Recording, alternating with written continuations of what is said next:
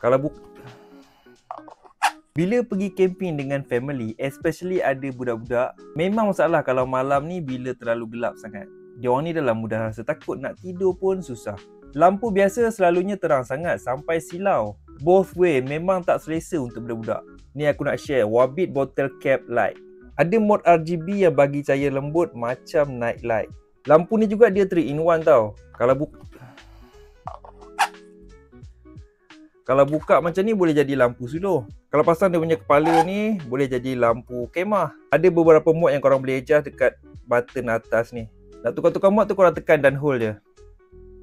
Ni mod lampu yang warna kuning sikit. Lepas satu lagi.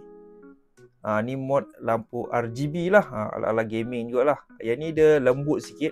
So kalau letak dalam kemah tu dia rasa macam cozy. Anak pun rasa selesa dan senang lah nak tidur. Satu lagi trik kalau korang ada botol mineral macam ni kan. Ni aku punya ni yang kecil lah ni, yang paling kecil.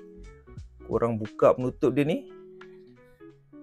Korang pasang atas dia macam ni. Dia punya efek tu memang nampak cantik lah. Korang tengok. Sekejap aku pergi gelap sikit lagi. Nampak tak? Lebih style lagi lah. Sambil-sambil tu korang boleh adjust jugalah lampu dia ni. Merah. Ni lit lap terus. Lampu raya. Dia punya saiz ni pun kalau korang tengok memang kecil dan compact je. Senang nak bawa ke mana-mana. Korang tengok ni. Lebih kurang besar tapak tangan je. Siap ada hook lagi untuk korang sangkut lah dekat bag kan.